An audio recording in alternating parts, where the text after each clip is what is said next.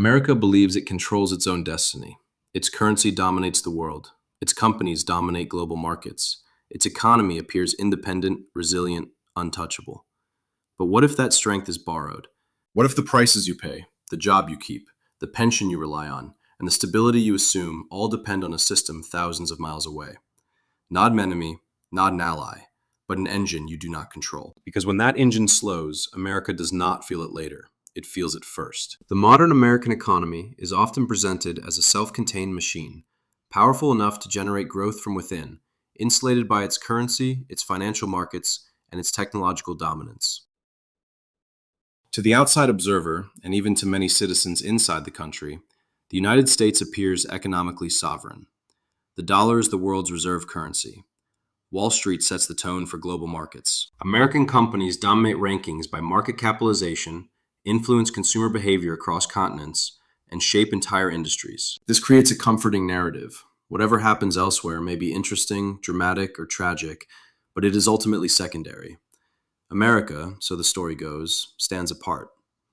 That story is wrong. The illusion of independence is one of the most expensive myths of the modern era. Over the past 4 decades, the American economy has not become more self-reliant. It has become more abstract, more financialized, and more dependent on external production systems that most people never see. At the center of this invisible architecture sits China, not as a rival standing across the board, but as a structural component quietly embedded inside American growth itself. To understand this, one must first separate appearance from function. On the surface, the United States produces immense value. Corporate profits reach historic highs. Equity markets repeatedly recover from shocks and push to new records. Consumption remains resilient, even during periods of rising interest rates. But beneath this surface lies a crucial fact. A significant portion of what is consumed, sold, invested in, and ultimately monetized by American corporations is physically produced elsewhere. The American economy increasingly specializes in ownership, branding, financing, and distribution, while the material backbone of production operates thousands of miles away. This did not happen by accident. Beginning in the late 20th century, American firms faced a strategic choice. Domestic manufacturing was expensive, regulated, and labor-intensive. Globalization offered an alternative. By relocating production abroad, companies could reduce costs, increase margins, and satisfy shareholders demanding continuous growth. Over time, this became not merely a cost-saving strategy, but the foundation of corporate America's business model. Earnings growth was no longer driven primarily by productivity gains at home, but by access to cheaper labor, scalable infrastructure, and integrated supply chains overseas. China emerged as the central node in this transformation. It was not simply cheap labor that mattered, but scale, speed, and coordination. Entire industrial ecosystems formed in concentrated regions, allowing components, assembly, logistics, and export to function as a single, synchronized machine. For American firms, this meant predictability. Predictability meant stable pricing. Stable pricing meant low consumer inflation. And low inflation allowed the Federal Reserve to maintain financial conditions that supported asset prices, credit expansion, and consumer spending. In other words, the perceived strength of the American economy rested in part on a foreign production system that kept costs artificially low. This relationship was never framed as dependence. It was framed as efficiency. Consumers enjoyed lower prices. Corporations enjoyed higher margins. Policymakers enjoyed economic stability without politically difficult domestic restructuring. Everyone appeared to win. But this apparent independence was always conditional. As long as China expanded rapidly, absorbed investment, built infrastructure, and maintained its role as the world's primary manufacturing engine, the system functioned smoothly. American companies booked profits at home while paying production costs abroad. Share prices rose. Retirement accounts grew. The average household experienced a paradoxical reality. Wages stagnated, yet living standards appeared to improve through cheaper goods, easy credit, and financial asset appreciation. This created a distorted understanding of economic health. Growth became something measured not by domestic productive capacity, but by consumption levels and market valuations. The American economy increasingly resembled a platform rather than a factory. It coordinated global flows of capital, goods, and information, while relying on external systems to perform the physical labor that made those flows possible. The danger of such a structure lies in its invisibility. When production is domestic, disruptions are immediately felt and politically unavoidable. When production is external, fragility remains hidden until it suddenly becomes systemic. For years, this fragility was masked by steady global expansion. Supply chains stretched across oceans without consequence. Delays were measured in days, not months. Costs fluctuated, but rarely spiked uncontrollably. Then, the world changed. Global shocks exposed how little independence actually existed. When factories slowed, shipping routes congested, or energy costs rose, the effects rippled directly into American prices, corporate earnings, and monetary policy decisions. Inflation, once considered a relic of the past, reemerged not because Americans suddenly consumed more, but because the external systems sustaining low costs could no longer operate frictionlessly. What became clear is that the American economy does not merely trade with China, it is structurally intertwined with it. Corporate earnings projections, supply chain strategies, inventory management, and even employment decisions in the United States are influenced by economic conditions far beyond its borders. A slowdown in Chinese manufacturing affects American retail shelves. A contraction in Chinese construction impacts global commodity prices, which feed directly into American production costs. Shifts in Chinese demand alter revenue forecasts for some of the largest companies listed on American exchanges. Yet public discourse continues to frame the relationship as optional, reversible, or purely competitive. This framing persists because acknowledging dependence challenges the narrative of control. It forces a recognition that American prosperity, as it has been structured, relies on global asymmetries that are neither permanent nor guaranteed. The illusion of independence also shapes policy responses. When inflation rises, the focus turns inward: interest rates, wages, fiscal spending. These tools matter, but they operate downstream of a deeper issue. Monetary tightening cannot rebuild supply chains overnight. Financial engineering cannot replace industrial ecosystems. And reshoring production, while politically appealing, confronts hard realities of cost, time, and labor availability. At the beginning of the story, America appears as the protagonist, acting upon the world. In truth, it is embedded within a system it helped create, but no longer fully controls. The first chapter of understanding is not about decline or collapse. It is about recognition. Recognition that the apparent independence of the American economy is, in many ways, a carefully maintained abstraction. Behind the screens, indices, and earnings calls lies a reality where external economies quietly shape domestic outcomes. Only once this illusion is stripped away can the real dynamics be examined. The question is no longer whether China matters to the United States. The question is how deeply and at what cost that connection has been allowed to define modern economic life. What transformed China from a distant manufacturing base into an internal organ of the American economy was not ideology, diplomacy, or even trade agreements alone. It was a convergence of incentives so powerful that it quietly rewired how value itself was created, measured, and extracted inside the United States. This transformation did not announce itself with a single moment or decision. It unfolded gradually through balance sheets, logistics maps, earnings calls, and cost optimization models, until the boundary between domestic and foreign production became economically irrelevant. At the core of this shift was a fundamental asymmetry. American corporations specialized in capital, intellectual property, branding, and financial engineering. China specialized in scale, coordination, and execution. One side controlled the ownership of value. The other side controlled its physical realization. This division of labor produced extraordinary efficiency, but it also produced a dependency that grew deeper with every passing year. When production migrated outward, profits did not follow. They flowed back to corporate headquarters, shareholders, and financial markets in the United States. This created the appearance that America was growing richer even as its industrial base thinned. Factories disappeared from domestic landscapes, but margins expanded. Employment shifted from production to services, logistics, marketing, and finance. Productivity gains appeared on paper, even when physical output moved offshore. This system reshaped corporate behavior. Earnings targets became dependent on maintaining low production costs rather than increasing domestic efficiency. Supply chain optimization became as critical as product innovation. Corporate planning assumed uninterrupted access to overseas manufacturing capacity, stable logistics, and predictable labor conditions. These assumptions hardened into structural dependencies. One of the most misunderstood aspects of this relationship is how deeply it penetrated financial markets. Stock valuations did not merely reflect innovation or demand. They reflected the expectation that cost structures anchored abroad would remain intact. Analysts priced equities based on margin stability that was impossible without external production systems. Pension funds, index investors, and retirement accounts became indirect stakeholders in global manufacturing continuity, whether they understood it or not. This integration extended far beyond consumer goods. Industrial inputs, electronics, pharmaceuticals, machinery components, and energy infrastructure all became entangled in cross-border supply networks.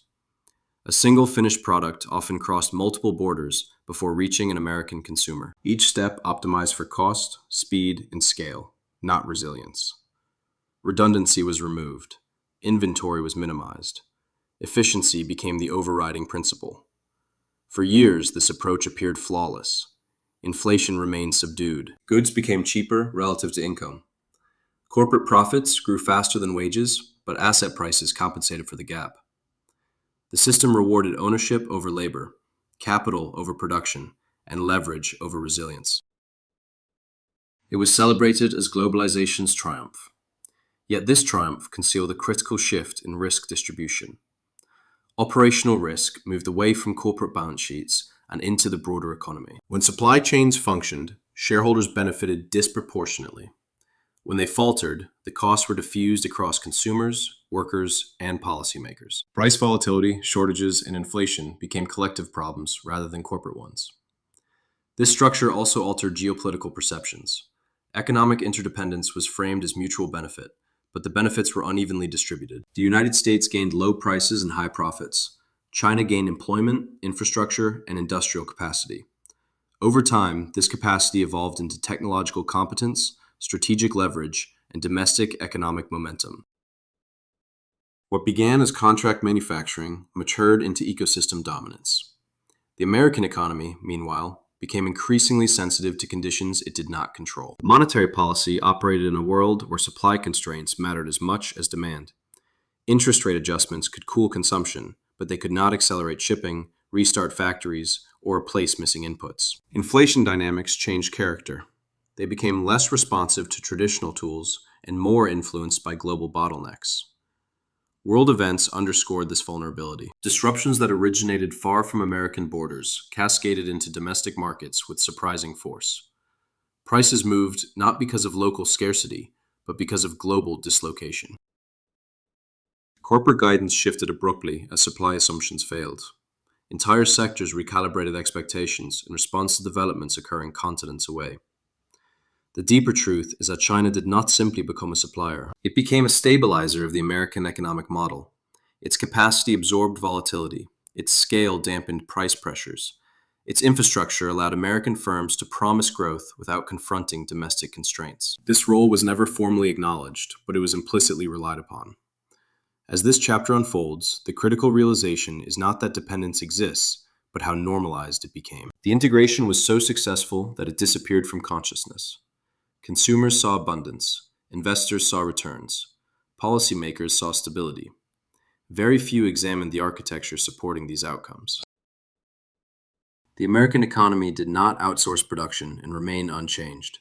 It restructured itself around the assumption that someone else would always build the physical world it consumed. That assumption became embedded in forecasts, valuations, and policy frameworks. Undoing it is not a matter of political will alone. It requires confronting decades of accumulated dependence that reshaped incentives at every level. This is only the first half of the story. The second half begins when this system encounters limits, when scale meets saturation, and when the external engine that sustained internal stability begins to slow. The moment this architecture began to strain, the hidden mechanics of dependence became visible. What had long been treated as background noise in corporate planning suddenly moved to the foreground of economic reality. The external engine that powered American stability started to show signs of fatigue, and the consequences traveled faster than most policymakers or investors expected. This was not a sudden collapse, but a gradual loss of elasticity in a system that had been optimized for expansion, not stress. The slowdown of China altered global economics not through dramatic failure, but through subtle constraint. Growth decelerated. Credit expansion lost momentum. Construction activity softened.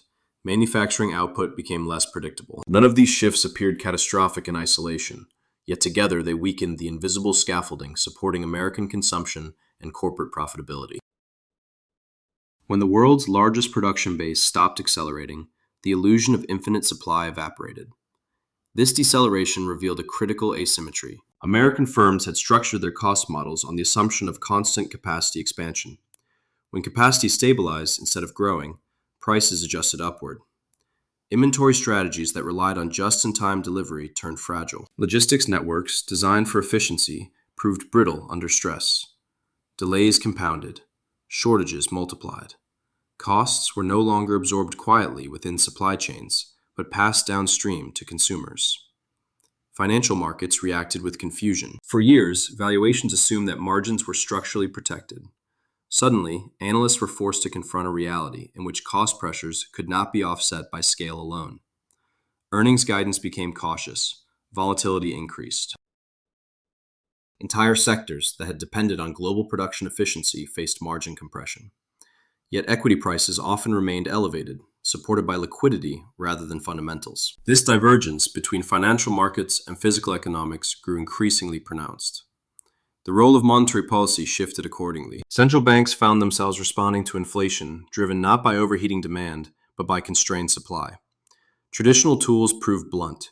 Raising interest rates could suppress consumption, but it could not reopen ports, expand factory capacity, or rebuild depleted inventories. The economy entered a regime where financial tightening reduced growth without restoring stability, and easing risked amplifying price pressures.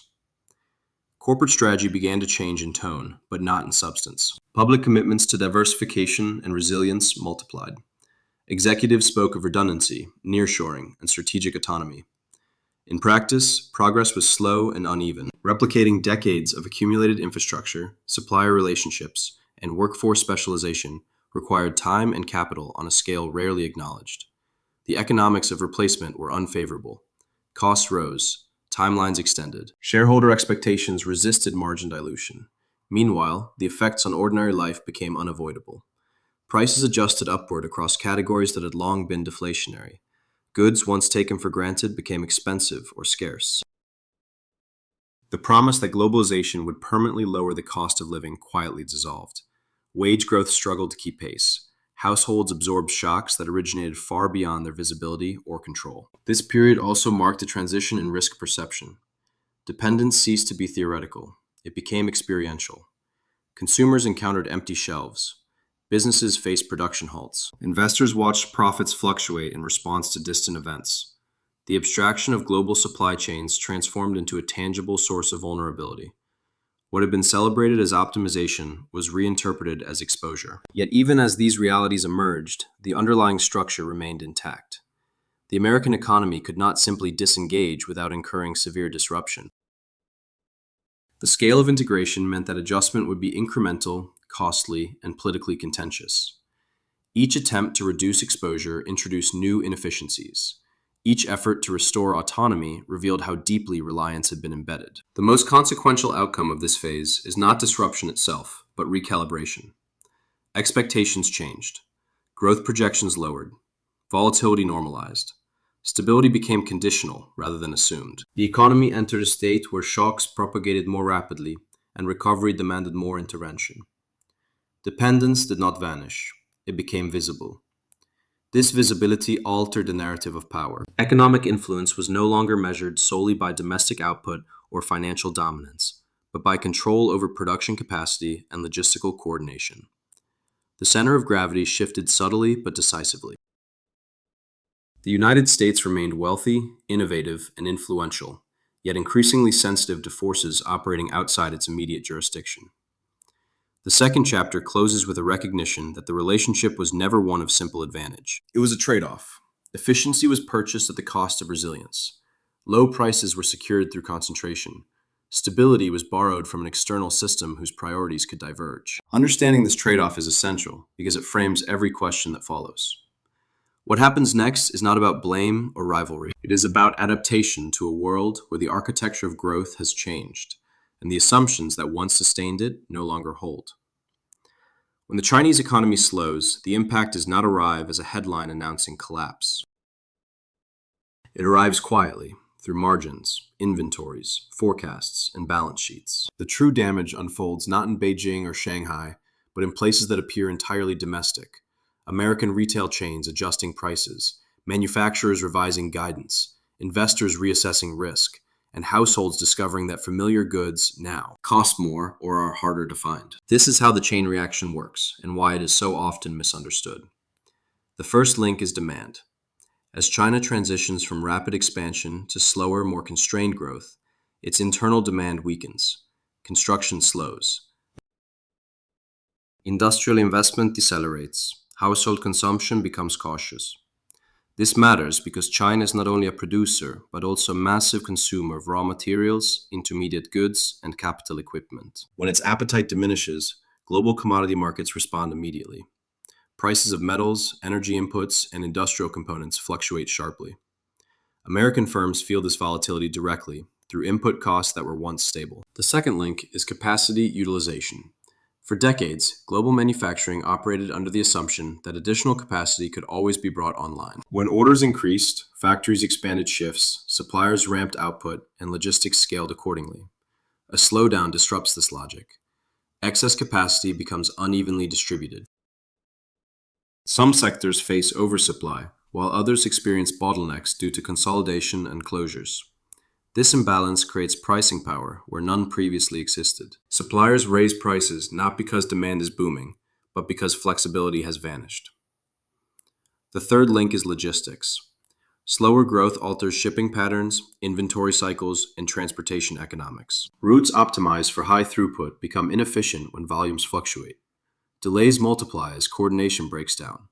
Costs rise not only from fuel or labor, but from uncertainty itself. Companies must hold more inventory to hedge against disruption, tying up capital and reducing efficiency. These costs propagate through the system until they surface as higher prices for end consumers. The fourth link is corporate profitability. American companies built their business models around predictable cost structures anchored in global efficiency. When those structures destabilize, margins compress. Firms respond in familiar ways, raising prices, cutting expenses, delaying investment, or reducing workforce growth. Each response has downstream consequences. Price increases contribute to inflation. Cost cutting slows innovation. Investment delays reduce future capacity. Employment restraint weakens household income growth. None of these effects are catastrophic alone. Together, they reshape the economic environment. Financial markets amplify these dynamics. Equity valuations reflect expectations of future earnings. When analysts revise forecasts to account for higher costs and lower growth, volatility increases. Yet markets often remain buoyed by liquidity and momentum, creating a disconnect between asset prices and underlying economic stress. This disconnect confuses observers. If markets are strong, how can the economy be under pressure? The answer lies in timing. Financial markets discount the future, but physical economies experience the present. When supply chains strain, the pain arrives before balance sheets fully reflect it. The impact on inflation is particularly complex. Traditional narratives frame inflation as a function of excessive demand. In this case, inflation emerges from constrained supply interacting with financial conditions designed for abundance. Central banks face a dilemma. Tightening policy risks slowing growth further without resolving supply issues. Easing policy risks fueling price increases without restoring stability. The result is an environment of persistent uncertainty, where inflation becomes less predictable and more resistant to conventional control. Households experience this uncertainty as erosion rather than shock. Prices rise unevenly. Some categories stabilize while others spike. Substitutions become necessary. Consumption patterns adjust downward. Savings rates fluctuate as confidence weakens. These changes accumulate gradually, altering living standards without a single defining moment. The economy does not collapse. It recalibrates at a lower level of comfort and security. Perhaps the most revealing aspect of this chain reaction is how far removed the cause appears from the effect. A slowdown in distant factories influences grocery bills. A shift in overseas investment patterns affects domestic employment prospects. These connections are rarely visible to the public, yet they define the lived experience of economic change. The system transmits stress invisibly, masking its origins until adaptation becomes unavoidable. This is only the first half of the mechanism. The second half emerges when these pressures feed back into policy decisions, corporate restructuring, and long-term strategic shifts. What begins as external slowdown evolves into internal transformation. Understanding this progression is essential because it explains why economic discomfort persists, even when headlines suggest stability, and why recovery feels incomplete even during periods of apparent growth. As these pressures circulate through the economy, they begin to interact with behavior, expectations, and policy in ways that deepen their impact. What initially appears as a technical adjustment becomes psychological, then structural. The slowdown of China does not merely transmit higher costs or delays. It alters how economic actors interpret risk, plan for the future, and allocate capital. This is the phase where discomfort hardens into a new baseline. Corporations respond first through language. Earnings calls shift tone, executives emphasize uncertainty, caution, and discipline. Forecast ranges widen. Capital expenditure plans are described as flexible rather than committed. These changes may sound cosmetic, but they signal a fundamental recalibration. When leadership becomes uncertain, investment slows. When investment slows, future capacity shrinks. This self-reinforcing loop reduces the economy's ability to absorb shocks, making each subsequent disruption more costly. At the same time, pricing behavior evolves. Firms that once hesitated to pass costs onto consumers begin to do so more readily. Years of stable pricing norms dissolve. The psychological barrier to price increases weakens. Once consumers accept higher prices as normal, resistance fades. Inflation expectations adjust upward, even if measured inflation fluctuates. This shift in expectations is critical because it alters wage negotiations, contract structures, and long-term planning. Inflation becomes embedded not through excess demand, but through altered assumptions. Labor markets absorb these changes unevenly. Certain sectors remain tight, driven by demographic shifts and skill shortages. Others soften as companies restrain hiring or reduce hours. The result is fragmentation rather than uniform weakness. Some workers experience wage growth that fails to keep pace with living costs.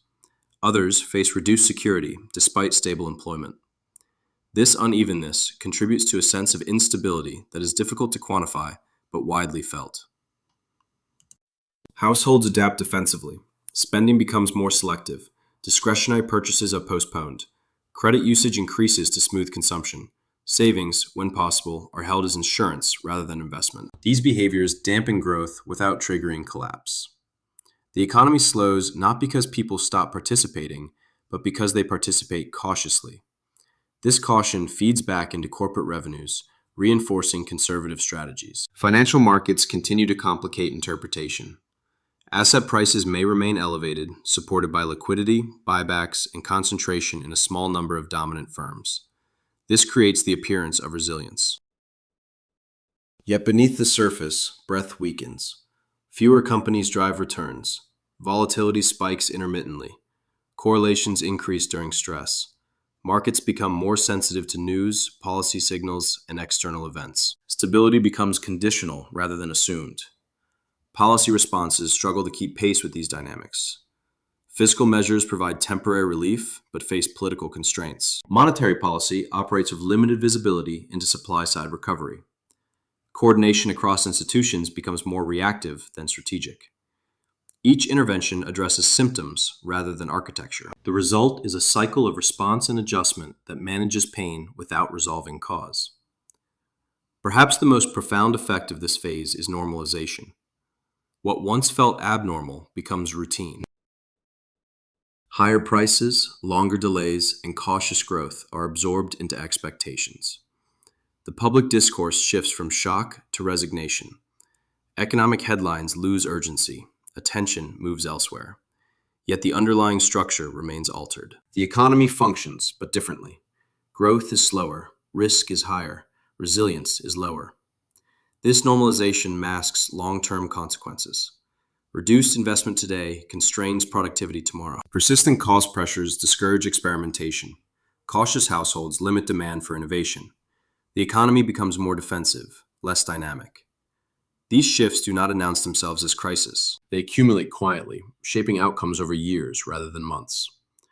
The critical insight is that the chain reaction does not end when markets stabilize or when inflation moderates.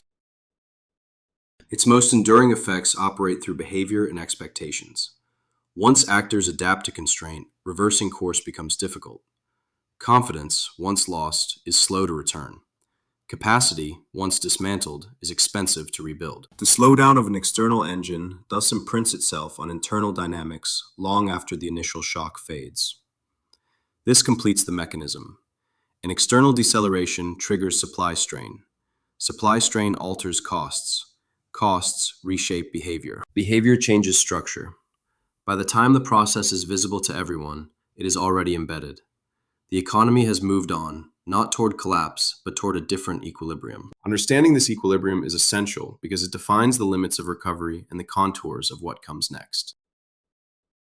The idea that the United States can simply disengage from China and restore full economic autonomy has become one of the most repeated assumptions in modern economic discourse.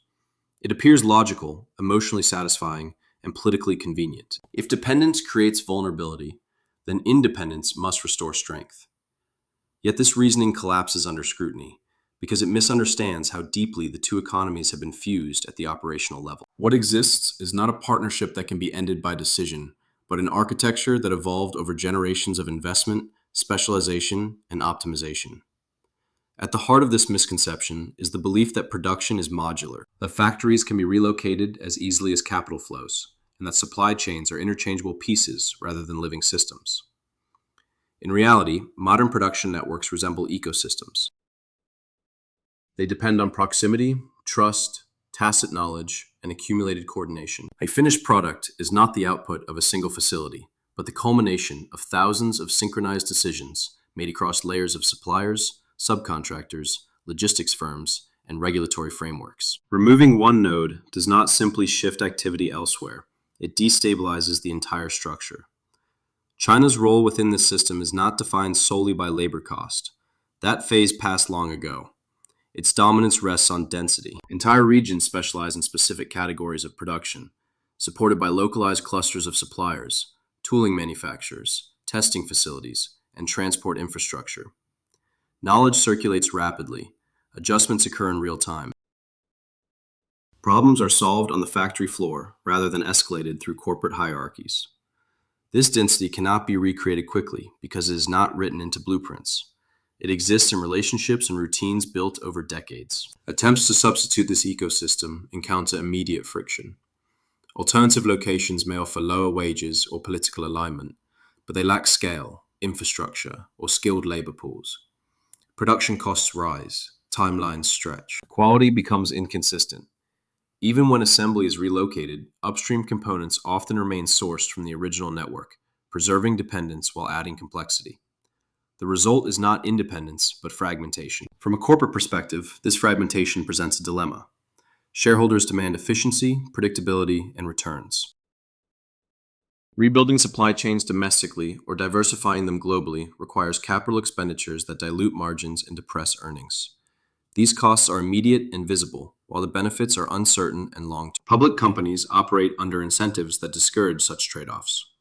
Even when executives acknowledge strategic risk, their ability to act decisively is constrained by market expectations. Labor economics further complicate the picture. Manufacturing at scale requires not only workers, but workers with specific skills, experience, and expectations. Decades of offshoring hollowed out domestic industrial labor markets. Reversing this trend involves training, cultural adjustment, and wage normalization. Higher wages raise costs. Automation offsets some pressures but demands upfront investment and technical expertise. The transition period is prolonged and politically sensitive. Policy initiatives aimed at reshoring production illustrate these challenges. Subsidies attract announcements and groundbreakings, but translating plans into operational capacity takes time measured in years, not quarters. During this interval, companies remain exposed to existing dependencies while incurring additional costs. The economy absorbs the strain through higher prices, reduced competitiveness, and fiscal burden. Independence, in practice, becomes expensive. Trade policy offers limited relief. Tariffs alter incentives, but do not create capability. They raise prices without guaranteeing alternative supply. Retaliation introduces additional uncertainty. Firms adapt tactically rather than strategically, rerouting supply through intermediaries or absorbing costs selectively. The underlying architecture persists, modified but not replaced. Financial markets reinforce inertia. Capital flows towards certainty and scale. Fragmented supply chains introduce volatility that markets penalize. Firms perceived as less efficient face valuation pressure. This discourages aggressive restructuring and rewards incremental adjustment. The system adapts slowly, preserving core dependencies even as rhetoric intensifies. Geopolitical narratives often obscure these realities. Framing economic separation as a matter of will overlooks structural constraint. Governments can influence margins at the edges, but they cannot instantly reproduce ecosystems. Infrastructure, human capital, and institutional knowledge accumulate gradually. Disentanglement, where possible, unfolds unevenly and asymmetrically. The most revealing aspect of this process is how partial disengagement can increase vulnerability rather than reduce it. As firms diversify suppliers without consolidating capacity, complexity rises. Coordination costs increase. Failure points multiply. Resilience does not automatically improve. In some cases, concentration within a single, optimized network proves more stable than dispersion across fragile alternatives. This is why the relationship cannot be understood as a switch that can be flipped. It is a gradient that must be navigated. The United States remains capable of adaptation, but adaptation operates within constraints shaped by history. Economic structures are path-dependent. Choices made decades ago determine options available today. The refusal to acknowledge these limits perpetuates unrealistic expectations. When promised independence fails to deliver immediate relief, frustration grows. Policy credibility erodes. Markets become volatile. The narrative oscillates between confidence and disappointment, obscuring the slow, complex work required to rebalance an economy of this scale. The first half of this chapter establishes a central truth. The question is not whether the United States wants to reduce reliance on China. It is whether it can do so without accepting higher costs, lower margins, slower growth, and prolonged adjustment. Any honest answer must confront the reality that the current system, however uncomfortable, reflects a deeply embedded equilibrium. Changing it is possible, replacing it quickly is not. The second half of this reality emerges when the cost of disengagement becomes explicit rather than theoretical. Once attempts move beyond rhetoric into execution, the trade-offs surface with clarity. Every serious effort to reduce reliance on China reveals a pattern that repeats across industries. Higher costs, slower timelines, operational friction, and political tension. These outcomes are not failures of planning. They are structural consequences of how the global economy has been assembled. Consider capital allocation. Building alternative production capacity requires enormous upfront investment before a single unit of output is delivered. Facilities must be constructed, suppliers onboarded, quality systems calibrated, logistics routes established, and labor trained. During this period, capital is tied up without generating returns. For publicly traded firms, this creates immediate pressure. Analysts discount future earnings, share prices respond, management credibility becomes fragile. Even firms with long-term vision must navigate short-term punishment. The cost differential compounds the problem. Domestic or nearshore production often operates at higher expense due to labor costs, regulatory requirements, and fragmented supplier bases. These higher costs cannot be fully absorbed without eroding profitability. Passing them to consumers raises prices and risks demand destruction. Absorbing them internally weakens balance sheets. In either case, competitiveness declines relative to firms that maintain access to lower-cost production networks. Supply chain diversification, frequently presented as a solution, introduces its own complexity. Multiple suppliers across multiple jurisdictions reduce concentration risk but increase coordination risk. Standards diverge. Lead times vary. Inventory requirements grow. The probability of error rises. Instead of a single optimized system, firms manage a patchwork of semi-compatible networks. The result is not resilience, but persistent inefficiency. Labor constraints intensify these pressures. Manufacturing ecosystems require not just workers, but experienced workers capable of sustaining quality at scale. Training pipelines take years to mature. Cultural adaptation matters. Productivity lags persist long after facilities open. Automation mitigates some challenges but introduces others, including dependence on advanced equipment, specialized maintenance, and energy stability. The promise of fully automated reshoring remains aspirational rather than universal. Macroeconomic feedback loops magnify the impact. Higher production costs contribute to inflationary pressure. Inflation influences monetary policy. Tighter policy suppresses investment precisely when capital expenditure is needed to rebuild capacity. Fiscal support can offset some effects, but it increases public debt and political contention. Each lever pulled to support transition introduces secondary consequences that complicate execution. International trade dynamics further constrain options. Retaliatory measures disrupt export markets. Firms face barriers abroad while adjusting at home. Global partners recalibrate relationships. The strategic environment becomes less predictable. In such conditions, long-term planning becomes hazardous. Companies delay decisions. Governments adjust priorities. Momentum slows.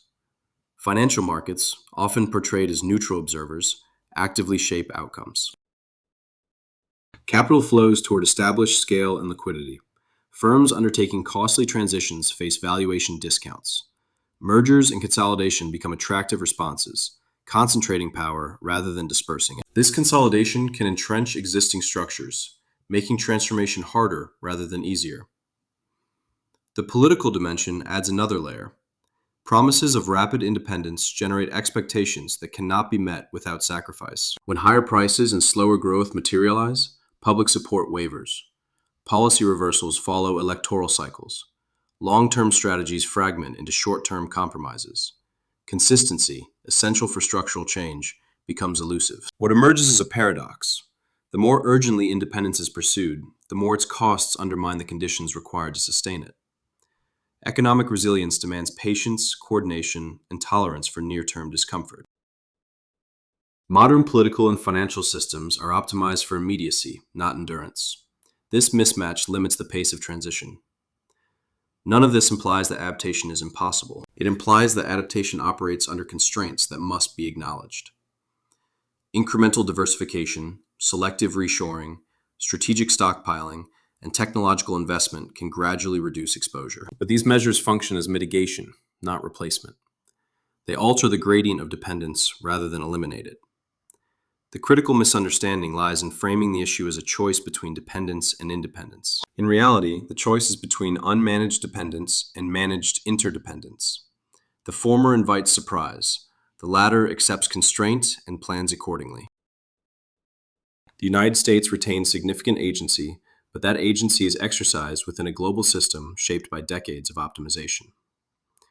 The second half of this chapter resolves the central illusion. Disengagement is not a switch. It is a process measured in years, negotiated across markets, and paid for through margins, prices, and growth. Pretending otherwise delays adjustment and magnifies shock. Recognizing limits does not signal weakness, it signals realism. As this chapter closes, the conclusion becomes unavoidable. The architecture binding the American economy to external production cannot be dismantled without cost, and those costs arrive long before benefits materialize. The challenge ahead is not to restore a past that no longer exists, but to navigate a constrained future with clarity about what can change, what cannot, and what must be endured. The final consequence of this structural entanglement is not collapse, nor sudden decline, but a redefinition of what economic normality looks like for the United States and for ordinary people living inside it. The future shaped by this system is quieter, slower, and more constrained than the one many were promised, yet more stable than a crisis-driven narrative would suggest. Understanding this future requires abandoning the expectation of a clean resolution. There is no decisive break, no dramatic reset, only adjustment layered upon adjustment. For the United States, the central shift is in the nature of growth itself. Expansion no longer comes easily from efficiency gains embedded in global production. Those gains have already been harvested. What remains is a world where growth depends on higher investment, greater coordination, and tolerance for friction. Productivity improvements become incremental rather than transformative. Each percentage point of growth requires more capital, more policy support, and more time. This does not imply stagnation, but it does imply moderation. Economic forecasts increasingly reflect this reality. Long-term projections converge toward lower trend growth than in previous decades. Volatility remains elevated as external shocks propagate rapidly through interconnected systems. Inflation settles into a higher and less predictable range than the one that dominated the late 20th and early 21st centuries. Monetary policy adapts by prioritizing flexibility over precision, reacting to conditions rather than steering them with confidence. For corporations, the future rewards adaptability rather than pure efficiency. Business models optimized solely for margin maximization face diminishing returns. Resilience, redundancy, and optionality gain value. Yet these qualities come at a cost. Firms accept lower peak profitability in exchange for reduced vulnerability. Shareholder expectations adjust accordingly. Valuations recalibrate. The era of effortless earnings expansion fades, replaced by more complex trade-offs between risk and return. Capital allocation reflects this shift. Investment flows toward infrastructure, logistics, energy security, and technology that reduces exposure rather than maximizes scale. Returns are steadier but less spectacular. Financial engineering yields diminishing impact compared to operational improvement. Markets reward credibility and execution over narrative. This transition is uneven and contested, but persistent.